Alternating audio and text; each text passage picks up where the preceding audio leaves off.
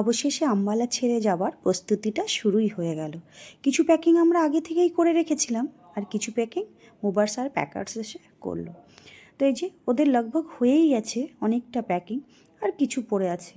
আর আমি যেহেতু দুপুরবেলা তাড়াতাড়ি রান্নাবান্নাটা সেরে নিচ্ছি, কারণ আমাদের এই ঘরটা ছেড়ে চলে যেতে হবে, আমরা গেস্ট রুমে চলে যাব।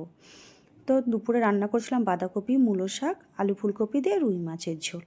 আর মা যেহেতু মাছ খায় না, তার জন্য মায়ের জন্য, আমার মায়ের জন্য ডিমের অমলেট আর আলু ফুলকপির তরকারি আগে থেকেই তুলে রাখা হয়েছিল।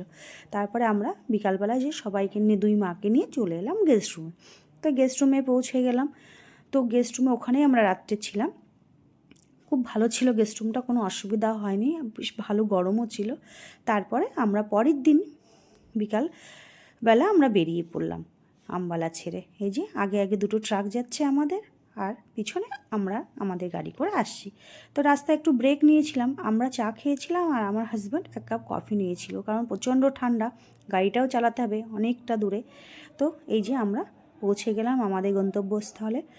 তো আরও বাকি ভিডিও পরে।